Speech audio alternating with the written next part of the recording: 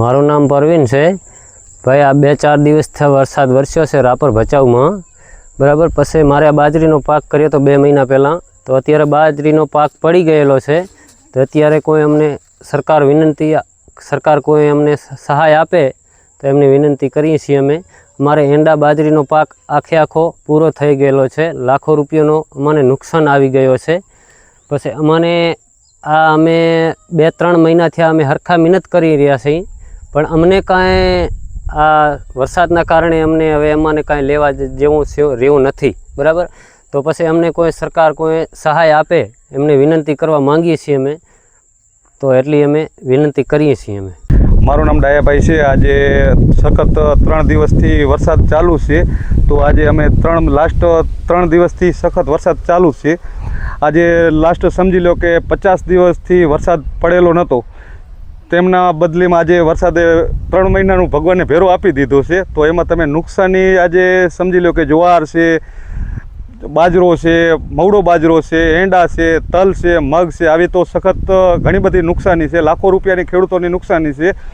તો આજે સમજી લો કે આજે પાણી પાઈને મોટા કરેલા બધાએ મોટા કર્યા. સમજી લો 50 દિવસથી આજે સખત ખેડૂત મહેનતમાં જ હતો કે હવે વરસાદ પડતો નથી તો કુદરત સામે લડશું તો કેવી રીતે.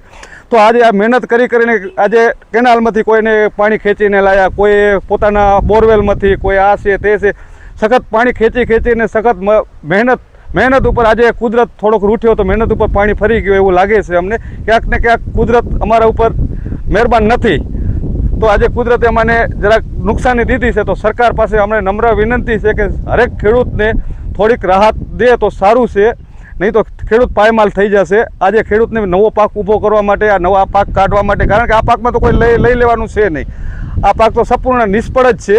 પણ આજે સરકારશ્રી પાસે વિનંતી છે કે ખેડૂતોને પૂરતો વળતર મળે, પૂરતી સર્વાઈ થાય, ગામ સેવક દ્વારા અથવા તો કોઈ સ્થાનિક દ્વારા તો સર્વે કરે એવી નમ્ર વિનંતી સરકારશ્રી સાથે. જય હિન્દ, જય ભારત. મારું નામ હરેશભાઈ આહિર છે અને આ મારી વાડી છે. અમે આજથી જૂન મહિનામાં વાવેતર કર્યું હતું 3 મહિના પહેલાં, અને ત્યારે વરસાદ થોડો હતો પણ ત્યારે વાવીને આટલા સુધી મહેનત કરી. પણ આ છેલ્લા 4 દિવસથી વરસાદ ચાલુ રહ્યો એના કારણે અમારા આ ખેતરની વાડી ભરાઈ ગઈ છે અને અમારા એંડા રહ્યા હવે આ ડૂબ્યાની આરે છે. અને હવે કોઈ શક્યતા નથી, લગભગ બચે તો બચે પણ લગભગ બચે એવો લાગતો નથી અમે.